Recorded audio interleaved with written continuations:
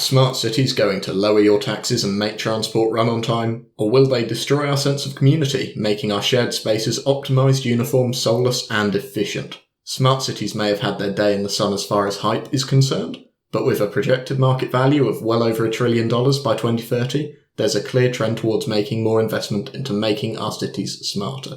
So it's well worth knowing what smart cities are.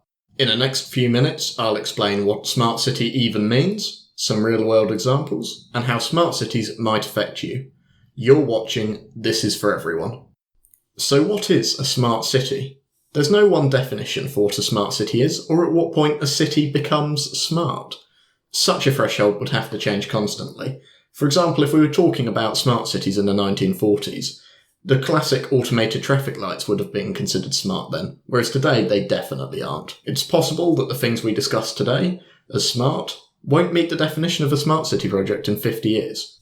Instead, it's easier to think of smart cities as a process made up of individual initiatives and schemes which make a city smarter. The most reputable definition of smart city I could find broke these sorts of initiatives into 4 key buckets. The first is the application of a wide range of technologies to communities and cities. The second, the use of tech to transform life and working environments within the city. The third, the embedding of such technologies in government systems. And the fourth bucket was bringing tech and people together to enhance the innovation and knowledge that they can offer. In simpler terms, smart city projects are things that either make a city more efficient or make a city more intelligent and responsive to data, or allow a city to better respond, and in the future, move towards being proactive and anticipating what actions will need to be taken to respond to problems before they happen, rather than just reacting after the fact. As with most umbrella terms that gather hype, the term has suffered from bloat, as people add whatever they're trying to sell at that time to the term. So some definitions of the term smart city include bike sharing schemes, remote work, telehealth, blockchain, and even online banking. In the smart city definitions that I researched, I found there's also a tendency to squirrel the definition, so that a smart city by definition cannot be a bad thing. For example, Professor Deakin included in their definition of a smart city that a smart city would thus be a city that not only possesses ICT technology in particular areas, but has also implemented this technology in a manner that positively impacts the local community. For our purposes of understanding how smart cities could change society, it's much more helpful to go for a definition that allows for less utopian outcomes. But how will smart cities likely change things? The most likely change caused by smart city projects are to increase efficiency, especially in relation to public transport and waste management systems. Smart cities can control how many buses to run and on which routes, so that if there's increased demand on one bus route in a city, buses can be diverted in real time from a less busy route to match where the demand is, making the most overcrowded journeys more bearable. Smart cities can have bins that tell the city when they need to be emptied, where today most cities have a predetermined schedule of when bins should be emptied. A smart city project could be enabling the bins to have sensors in them, which can schedule collections earlier than planned if the bin is full. Or a city could notice that none of the bins in a certain part needed emptying, so they can prioritise collecting rubbish from somewhere else in the city instead. This allows the city to manage waste management more cheaply and potentially pass on the savings to the residents. Smart city projects could be used to develop roads which respond to traffic conditions in real time. Take a 6-lane highway. It could be 4 lanes driving into the city on the way into work, and then when everyone is driving home at 5 p.m, the highway could be 4 lanes driving out, because the middle lanes could dynamically shift to reflect demand. The possibilities don't end there though. So if it's the weekend and demand happens to be greatly reduced, the outer lanes of the highway could become a cycle lane in each direction. This would be a highway that is smart enough to best respond to the needs of the people who are using it, reducing journey times and congestion for everyone. If your response to hearing this is, that sounds great, but it's going to completely fall apart whenever real people get involved, those are excellent instincts to have. That automatically shifting lanes could make commuting worse for anyone who lives in the city and works outside of it. Or worse, it could cause a serious accident if someone isn't paying attention while driving a 2-ton SUV with screaming kids in the back. Would you feel safe cycling on Smart Highway? Or the bins that say they don't need to be emptied? Maybe they're just empty because local wildlife are enjoying an all-you-can-eat buffet. Flexibility and agility often come at the cost of certainty and consistency for users of the service. While people on the busier bus route, in our example, might like that their buses are less crowded, it means that people who rely on the less busy route can't have as much confidence in their bus route. This would lead to people potentially being late, missing appointments, and having to allow more time for each journey. Our attempts at prioritising bus services to improve efficiency for some people may just lead to introducing a different type of inefficiency for someone else. Rather than tackling inefficiency, we may just accidentally be moving it around. And this bus example also has implications for fairness and equality. Do you believe your city would send buses to be redistributed from bustling office districts to serve an overcrowded route relied on by poorer residents? Or is the opposite more likely to happen? Depending on what we mean by improving efficiency, and whether it means to maximise economic cost benefit of the transport system, and whether all journeys are treated as equally valuable, either example could be justified by transport planners. Where are we in terms of implementing smart cities in the real world? Unquestionably, one of the world's smartest cities is Singapore, which came top in IMD's first Smart City Index after spending over $1.7 billion on their smart city initiatives. Let's zoom in on how Singapore, the second most densely populated country on Earth, implemented smart city-style projects in order to make their transport system run more efficiently. Singapore was the first city in the world to implement a fully electronic road pricing system, which uses data about how busy roads are to address toll rates and manage congestion. The system's success has seen it copied in other cities around the world. Notably, London's congestion charge was based on it. Singapore's ERP charges drivers when they use certain roads at given times of day. There are gantries installed at many of the most important roads in Singapore for determining congestion. When someone drives through a gantry, it will automatically charge them the appropriate price. The price can vary based on the time of day, the vehicle type, and congestion levels. They are charged at the appropriate price each time they drive through a gantry, which means it can effectively act as a pay-per-mile system charging road users who drive further with accumulating costs. This aspect sets it apart from other similar systems, such as the congestion charge zone in London, where drivers just pay a fixed price for a day pass, which covers all of their driving for that day. The prices are set by Singapore's Land Transit Authority about once per quarter. They try to improve the traffic flow on roads. If speeds on a road drop below a certain threshold, indicating increased traffic, the prices may be increased. Alternatively, if speeds are constantly above target, indicating less traffic, prices may be lowered. This policy to discourage driving is only feasible because of Singapore's heavy investment in public transportation, with real-time estimates for when your bus will arrive and the ability to pay for travel on the vehicle by using contactless payment built into your card. Singapore also combines this with other policies relating to transport, such as encouraging employers to let their employees work from home or commute to work at less busy times of day. Singapore has also digitised much of its government systems related to the third type of smart city project introduced earlier, through the Singapore Nation app. The Singapore Smart Nation app allows residents to access a number of functionalities. The app allows users to create a digital identity, which they can use to apply for permits and licenses. Singapore's app also provides access to a wide range of government services, including the ability to pay fines, renew your passport, and give the government feedback, all without stepping into a government building. The app also has secondary functionality for things such as providing personalised information based on users' location and interests, such as news and events, and the app allows government to notify citizens of emergencies happening in the area, such as traffic accidents or national disasters. Moving on to a more Western example of smart cities, London in the UK has also rolled out an ERP. In London, their electronic road pricing system is mainly provided by number plate recognition software, which tracks the number plate of every car in the charging zone and then bills the driver's Transport for London autopay system, where drivers register their number plate and connect a card to it. There are two main types of charge in London for drivers. The first charge is the congestion charge. The congestion charge is a £15 daily charge if you want to drive within the busiest areas of London. The second charge is the ULEZ ultra-low emission zone. How ULEZ works is that if your car doesn't meet a set emission standards, Typically newer cars will meet the standard and older cars will not meet the standard. If your car is older and doesn't meet the emission standards, you must pay £12 per day every day you want to drive your own car in London. The ULEZ has been subject to significant controversy after it recently expanded from just the areas of London with strong transport links to cover all of London, including some areas where your quality of life is much worse if you don't have a car. There are two main reasons for this. The first is that the Mayor of London, Sadiq Khan, believes that clean air is a moral imperative.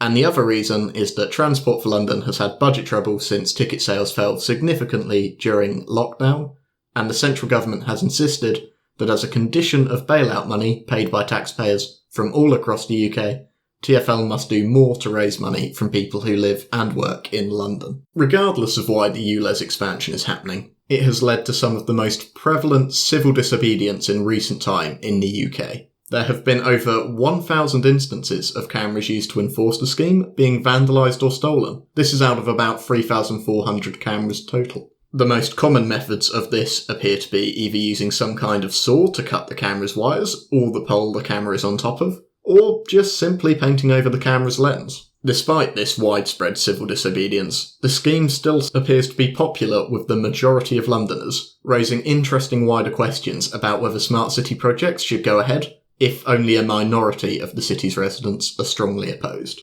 The Mayor of London also has around 157 staff working on a £150 million next generation system for charging road users. Transport for London's own document stated that the Detroit platform has the capability to be extended, and we will be looking to build the system flexibly so that other forms of charging based on distance, vehicle type, etc. could be catered for if a decision was made in the future to do so. This has raised the alarm with some media outlets about a potential pay-per-mile system, but a Transport for London spokesperson has said unequivocally that this was part of TfL's wider work to bring in-house the currently outsourced system, for which the contract expires in 2026, and that pay-per-mile charging has been ruled out by the Mayor and no such scheme is on the table or being developed. So it seems that for now, a pay-per-mile system has been ruled out. And part of this project is just building a way for the pay-per-mile system to be implemented easily in future, should the Mayor decide to rule it back in. But there's something else I'd like to talk about in London. In the centre of London, there is the largest billboard of its kind in Europe. The Piccadilly lights may not seem that different from other famous billboards in other countries such as Times Square or Tokyo, and you may be asking, what is it about this billboard that makes it smart and worth talking about? Well, the answer to that question is, as you look at the ads on this billboard, the ads can look back at you. These billboards can change what advert is displayed on them to react to the age, gender, and even the feelings of nearby pedestrians in order to customise ads to who's viewing the billboard at that time. This caused quite a controversy when it was first unveiled, with several news outlets picking up the story. The company behind the billboard, Landsec, said in a statement, although the Piccadilly lights will be able to display advertising content that responds to real-time factors such as the weather or the colour of cars, the technology is not able to recognise individual people or display individually targeted content. Those of you who were paying attention to that statement may realise that despite the clever wording, they didn't actually deny that it can customise ads at a demographic level, they merely denied that it performs individualised targeting. A quick trip over to archive.org can also show us that their own website used to prominently feature recognition technology as a feature of the billboard, until they quickly removed it and never referenced it again after the news story started. Possible attempts to mislead the public aside, this does show us a lot about how the future of advertising in the real world could become smart. Public advertising already plays an important role in the funding model for Transport for London and the London Underground. There would be a clear incentive for Transport for London to maximise the amount that can be charged for advertising on the transport network. In the online world, personalised ads are worth substantially more than blanket ads, often as much as 10 times more, as cities come under greater pressure to continue providing the same or better services without raising tax revenue. Perhaps the use of smart city technology to monetise and show ads in new and innovative ways is inevitable when politicians are given a choice between ads or raising taxes. There are many technologies that already exist that could be used to try and introduce this kind of targeted advertising premium to the real world in future. It's clear that the technology exists to analyse anyone who is looking at the ad, and it's also possible to show moving ads through low-power displays. For example, imagine you're on the tube through the city. The tube has many adverts which have been replaced with digital screens, which change the ad depending on the demographics of who is in the carriage. As the carriage takes commuters into the finance-heavy City of London, it could advertise services that appeal to them, such as suits, high-end alcohol, holidays, or other miscellaneous activities. As the carriage gets further out and the residents board in more diverse areas, it could start advertising remittances to send money back to their families more easily. The pay-per-impression model could allow each advertising spot on the tube to have higher effectiveness and raise more money, allowing the city to provide a higher quality of service without passing the costs on to riders of the service at the cost of a few ads. To understand how smart cities might affect your life, I think it's helpful to compare them to how smartphones change things compared to conventional phones. Conventional phones used to wait for either a person to dial a number, send a text, or receive one of those two things. They were entirely reactive, with no ability to anticipate what the user might want next, or change their user-facing behaviour based on the context of what was going on around them. Then, smartphones came along. Smartphones understood data about the world around them and could change their behaviour in response. Smartphones introduced some interesting questions with parallels for smart cities. The first is a loss of privacy. Smartphones can track your location, monitor your online activity, and potentially listen into conversations, leading to concerns about who has access to this data and how it's used.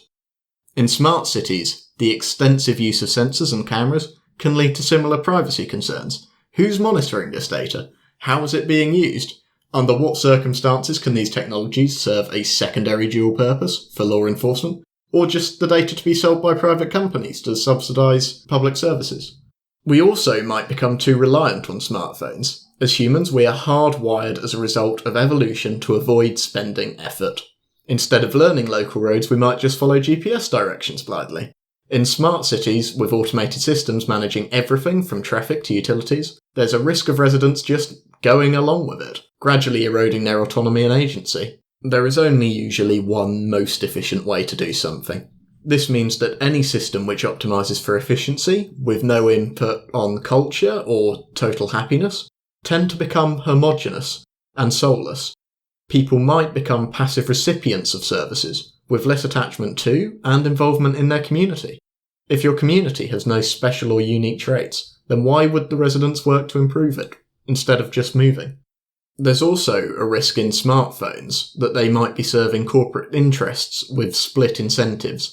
Often, apps are designed to keep users engaged for as long as possible, despite the fact that if you ask the users, most would rather have a shorter, meaningful experience on these apps. A user of a food app may just want to eat the best food, but people are lazy and will just order from a place that some organisation happened to put near the top. Usually because someone has paid them, or they just don't want to waste their driver's time delivering to someone that far away. Regardless, you can be quite clear it doesn't have much to do with getting you the best food. The same issue can arise from smart cities, in that individuals can't know whether the systems they interact with were designed for their individual best interest, or whether the group interest was prioritised to their detriment. Every fast lane inevitably means a slow lane for someone else. Every bus that is dynamically reallocated from a less busy route to a busier route means that some people on the less busy route are going to take longer to reach their destination. The city authority may have different priorities to the people who live in it, in the same way as businesses do. Perhaps they might want to run the public transport slower so their ads get more impressions. Or perhaps they'd experiment with streetlights to see what encourages people to spend more. You just can't ever be sure whether technologies you don't control are working for you or working you. Smart cities could lead to an overwhelming increase in efficiency, but efficiency is normally a pretty sucky user experience. The most efficient food place in the world would just throw your food at you with absolutely no small talk. The most efficient car is probably small and cramped. The most efficient bus is one with no wasted or empty seat. The most efficient society would give its citizens an acceptable minimum while taking up the least time, space and resources possible. something which doesn't seem appealing. Smart city projects that strive for efficiency could risk making one resident's journey 25 minutes longer to improve 30 people's journey by 1 minute. Depending on what we're optimising for and how we define efficiency, there is a risk that algorithms that we're trusting to design our day-to-day lives are a bit too utilitarian or big picture focused. Now, I'm getting fed up of the doom and gloom, so I'm going to move on to some potential more utopian things that could come out of smart cities. You might never see a full bin again. The least reliable transport routes in your life could be improved. Things that used to require a paper form could be done with a simple website or app. No more driving 10 minutes just to pop a form through a box. And all of this could be accomplished through finding efficiency rather than raising anyone's taxes. So, in summary, the term smart city doesn't mean anything specific, but rather it refers to the process of a city becoming smarter, using data, and facilitating more efficient lives of its residents. I believe that you should think for yourself, or someone else will think for you. Where do you stand on smart cities? Are you looking forward to any of the tech in this video? How do you feel about more ads in public places if it means lower taxes or better services for you? How do you feel that cities should balance the needs of a few people against the needs of a larger number?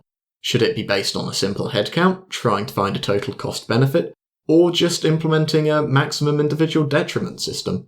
Do you feel like you can trust your local government with all this extra data? And how much benefit would you need to see for all of this tech to be worth it for you? Thanks for making it to the end of the video. This is my first video on the channel, and I apologise if I've bored you to death. Hopefully I've given you some value from this, and if you liked it, please comment or give it a like. It would definitely encourage me to make more, and feel free to give feedback for what you liked from this video, what you didn't like, what topics you'd like to see next, and what you'd want to see from the channel in the future. And remember, like all technology, this is for everyone.